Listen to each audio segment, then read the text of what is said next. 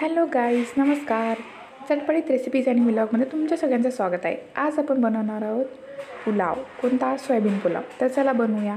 तर बघा, मी इथं गरम पाणी करून त्याच्यामध्ये मीठ टाकून सोयाबीन उकळून घेतलेले आहे. 2 मिनिट उकळायला ठेवले. इथे बघा, मी बासमती तांदूळ वापरलेला आहे.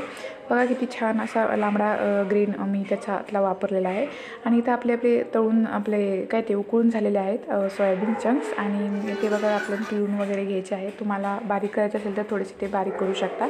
त्याच्यामध्ये हे आलं लसूण कुटून त्यामध्ये टाकून घ्यायच्यात. मीठ टाकायचं आहे, लाल तिखट टाकायचं आहे, थोडासा गरम मसाला टाकायचा आहे. आणि नंतर आपलं जे काही घट्टसर अगदी आहे ते टाकून घेऊन मिक्स करून घ्यायचं आहे.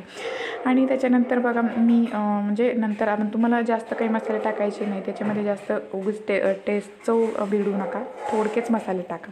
आणि बघा, आपण इथे हिरवी मिरची, कांदा, कोथिंबीर चिरून घेतलेला आहे. तुम्हाला जे आवडेल तसं त्या पद्धतीनं तुम्ही कांदाला उभा छोटा करू शकता. मी इथं कुकर तापून तेल ओतलेलं आहे.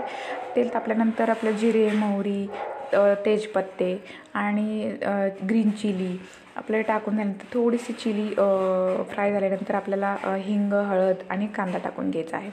कांदा वगैरे चांगला थोडासा गोल्डन ब्राऊन भाजत आला की त्याच्यामध्ये आपल्याला लगेच टोमॅटो टाकायचे आहेत. टोमॅटो 2 मिनटं परतून घ्यायचे. तर त्याच्यानंतर लगेच आपल्याला सोयाबीन चंक्स त्याच्यामध्ये टाकून चांगले एक 10 मिनटं त्याला चांगलं परतत राहायचं आहे.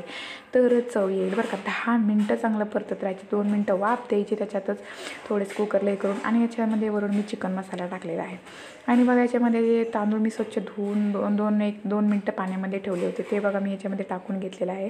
हवं तेवढं तांदळाचं ज्या तांदळानुसार ज्याला जेवढं लागतं तेवढं पाणी टाकायचं आहे. पाणी टाकून मीठ टाकून हे झाकण टाकून घ्यायचं आहे. 3 शिट्ट्या देऊन घ्यायच्या आहेत ह्याला.